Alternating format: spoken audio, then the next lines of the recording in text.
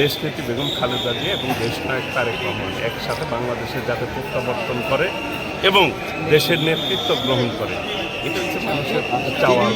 আমরা দোয়া করি আমাদের নেত্রী খুব শীঘ্রই হয়তো ভালো হয়ে আমাদের মাঝে ফেরত আসবে। সেদিন হয়তো আমরা আরও আনন্দিত হব এবং যেদিন ফেরত আসবে আমরা হয়তো দেখব যে আমাদের সাথে আমাদের ভারপ্রাপ্ত তারেক রহমান সেই দিন হয়তো দেশে আসবে, এটা আমরা আশা করি।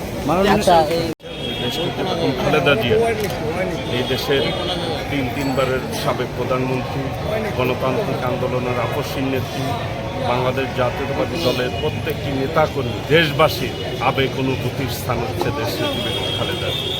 দেশনেত্রী বেগম খালেদা জিয়া চিকিৎসা হয়ে এই দেশে আবার সুস্থ হয়ে ফিরে আসবে, এইটাই মানুষের প্রত্যাশা, দোয়া।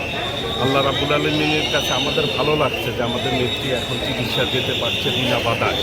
কাজেই এই যে প্রাপ্তি জাতীয়তাবাদী দলের নেতা কর্মীদের এবং গণতান্ত্রিক মানুষের আস্থার প্রতীক হচ্ছে দেশনেত্রী বেগম খালেদা জিয়া। কাজেই তার চিকিৎসার জন্য বিদেশে যাচ্ছে সমস্ত বাংলাদেশের মানুষের দোয়া রয়েছে দেশনেত্রী বেগম খালেদা জিয়ার। একসাথে